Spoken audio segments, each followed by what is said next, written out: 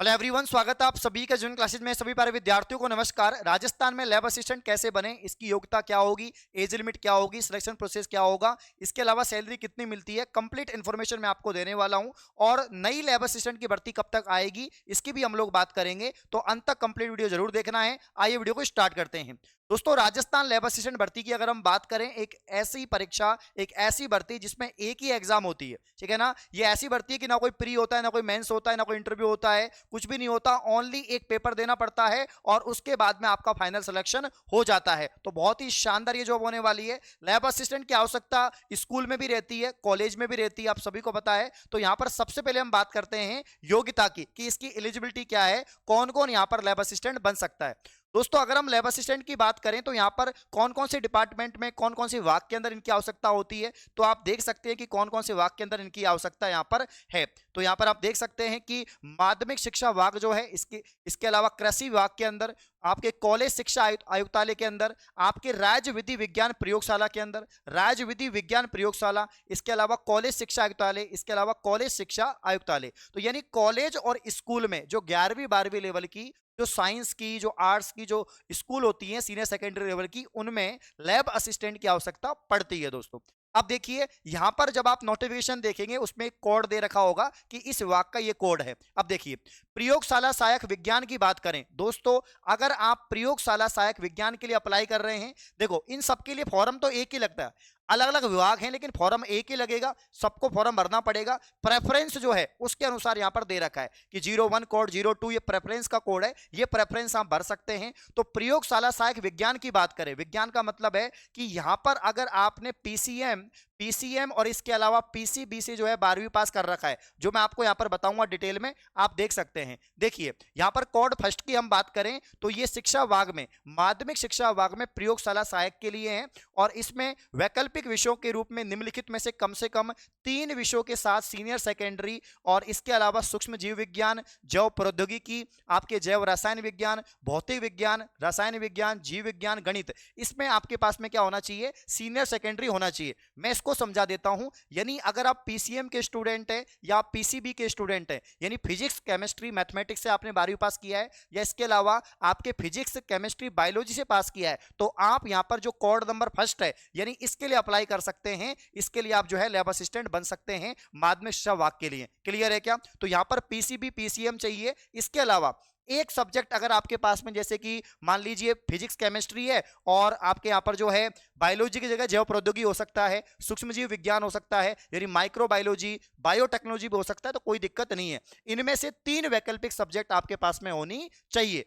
अब बात करते हैं यहां पर जो आपका पद कोड 2 है उसकी बात करते हैं। अगर आप 2 से 5 पद कोड की यहां पर हम बात करें, 2 से 5, देखो प्रयोगशाला सहायक विज्ञान कृषि विभाग, प्रयोगशाला सहायक विज्ञान कॉलेज शिक्षा आयुक्तालय, प्रयोगशाला सहायक विज्ञान आपके विधि विज्ञान प्रयोगशाला। तो यहां पर कोड 2 से लेकर 5 तक, दोस्तों कोड 2 से लेकर 5 तक की बात करें, इसके लिए ओनली आपके पास में विज्ञान होना चाहिए, विज्ञान विषय आपके पास में होना चाहिए। अब विज्ञान में सब कुछ आ गया, एग्रीकल्चर भी आ गया, पीसीबी भी आ गया, पीसीएम भी आ गया, सब कुछ एलिजिबल है यहां पर। तो हम बात करते हैं यहां पर कोड 2 से 5 की। देखो भाई, जो विद्यार्थी प्रेफरेंस में कोड 2 से 5 तक भरना चाहता है, यानी प्रयोगशाला सहायक विज्ञान, कनिष्ठ प्रयोगशाला सहायक विज्ञान के लिए अप्लाई करना चाहता है, तो किसी मान्यता प्राप्त बोर्ड से आपके विज्ञान विषय में, विज्ञान विषय के साथ में सीनियर सेकेंडरी होना चाहिए या इसके समतुल्य परीक्षा में पास होना चाहिए।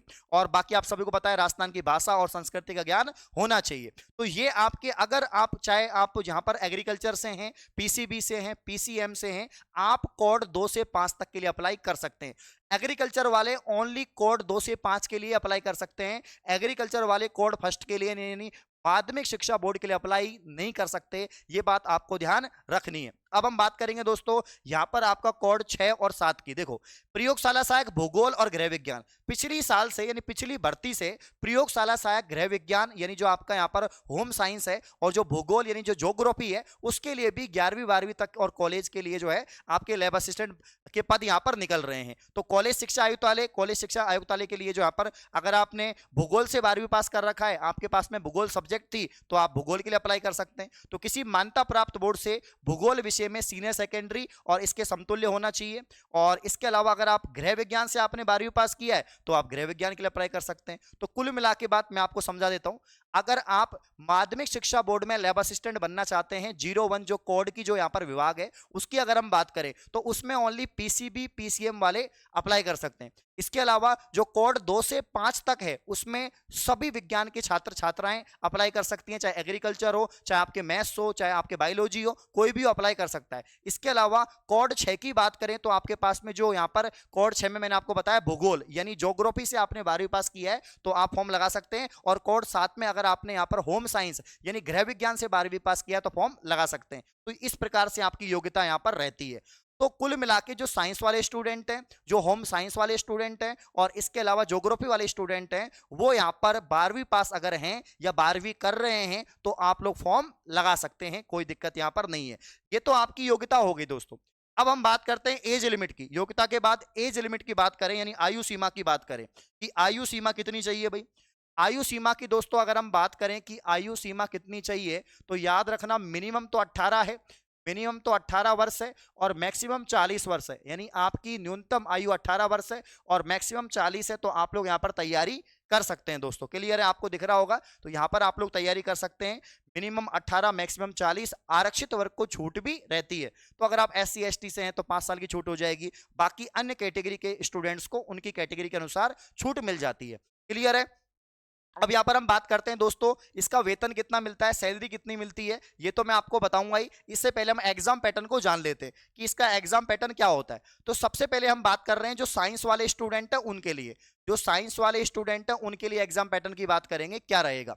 तो भाई अब जो है आपका एग्जाम पैटर्न यहाँ पर आप सभी को पता है कि जो एग्जाम पैटर्न है, जो एग्जाम पैटर्न है दोस्तों वो क्या हो गया है, 2 पेपर आपके होने लग गए हैं। पहले तो क्या होता था आपका एक पेपर यहाँ पर होता था, पहले क्या होता था दोस्तों एक पेपर आपका होता था, अब यहाँ पर आपके 2 पेपर दोस्तों होने लग गए हैं। आपको बढ़िया तरीके से दिख रहा होगा और मैं इसको जूम कर देता हूँ, नीचे कर देता हूँ, अब आपको दिख रहा होगा।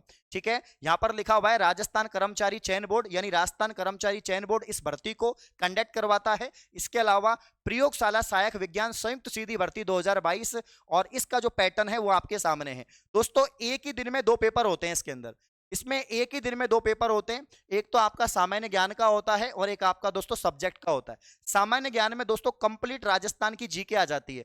राजस्थान की जीके मतलब राजस्थान का भौगोलिक, ऐतिहासिक, सांस्कृतिक, सामान्य ज्ञान, राजस्थान के करंट अफेयर आ जाता है, विश्व एवं भारत का सामान्य ज्ञान आ जाता है, और एजुकेशनल साइकोलॉजी यानी मनोविज्ञान आ जाता है। ठीक है ना, विज्ञान का सेकेंडरी स्तर का ज्ञान, बायोलॉजी का ज्ञान, आपके फिजिक्स केमिस्ट्री का, तो यानी सब्जेक्ट आपके बायोलॉजी फिजिक्स केमिस्ट्री ये 3 सब्जेक्ट आती है।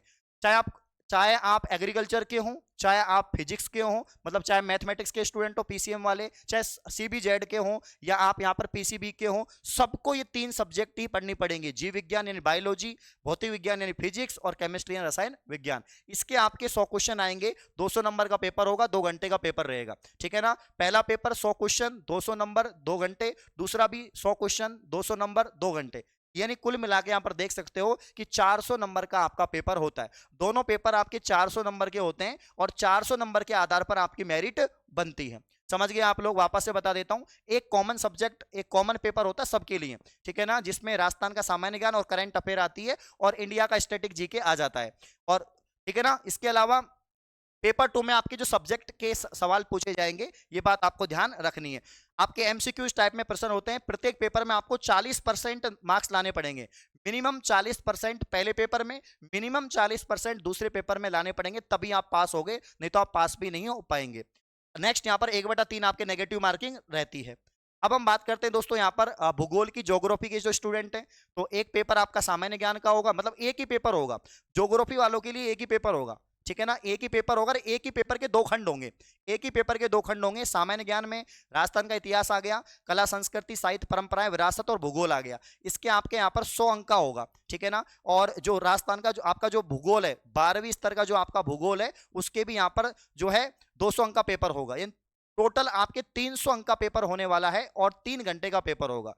भूगोल विद्यार्थियों के लिए जो लैब असिस्टेंट के लिए अप्लाई करना चाहते हैं, आपका एक ही पेपर होगा। एक पेपर के 2 भाग होंगे, सामान्य ज्ञान और विषय वाला। सामान्य ज्ञान के कितने क्वेश्चन आने वाले हैं, तो यहाँ पर 100 अंक का आने वाला है, और जो आपका जो भूगोल है वो यहाँ पर जो है 200 अंक का आने वाला है। टोटल 300 नंबर का पेपर होगा, 3 घंटे का पेपर होगा। ध्यान रखना, बाकी वही 40% आपको मिनिमम मार्क्स लाने हैं। अगर हम गृह विज्ञान की बात करें दोस्तों, तो यहाँ पर देख सकते हैं जो होम साइंस वाले स्टूडेंट हैं उनके भी 100 क्वेश्चन सामान्य ज्ञान के, राजस्थान जीके के, और 200 क्वेश्चन आपके सब्जेक्ट के आएंगे, ध्यान रखना। और वही 300 नंबर का पेपर है, 3 घंटे का पेपर है, 150 क्वेश्चन होंगे लगभग इसमें, ठीक है।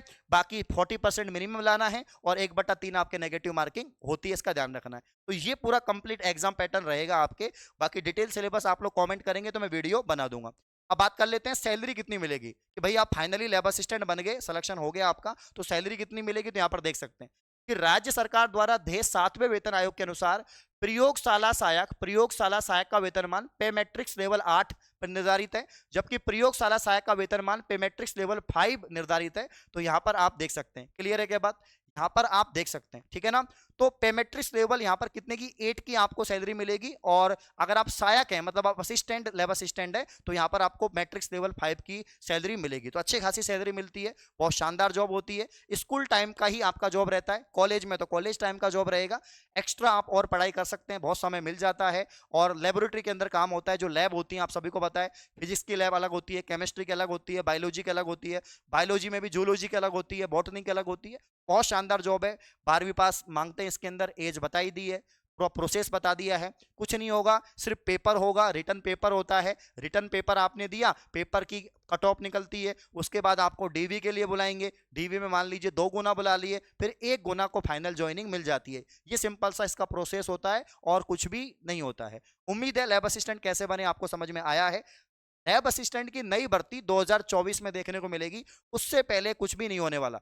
मुझे पता है आप बहुत सारे कमेंट करेंगे इस वीडियो में, सर भर्ती कब आएगी, ये तो आपने बताया नहीं। तो 2024 में ही आ सकती है, उससे पहले कोई उम्मीद नहीं है। यानी इस साल तो कोई उम्मीद नहीं है लैब असिस्टेंट की, कोई चर्चा भी नहीं है, कोई अपडेट भी नहीं है, कोई उम्मीद भी नहीं है, कुछ भी। तो जो लैब असिस्टेंट बनना चाहते हैं उनको थोड़ा इंतजार करना पड़ेगा, अभी से तैयारी करो, क्योंकि टाइम भी लगता है, बहुत टॉप लेवल का पेपर रहता है। बाकी आप सीईटी की तैयारी कर सकते हैं, राजस्थान पुलिस कांस्टेबल की तैयारी कर सकते हैं, पटवार की तैयारी कर सकते हैं। ये भर्तियां सीईटी के अंतर्गत है। पहली बात तो लैब असिस्टेंट सीईटी के अंतर्गत नहीं है, ध्यान रखना। बाकी भर्तियां जो है सीईटी के अंतर्गत हैं, तो वो नौकरी बैच को ज्वाइन करके जेन्युइन क्लासेज ऐप से आप तैयारी कर सकते हैं। तो ऑल दी बेस्ट, धन्यवाद।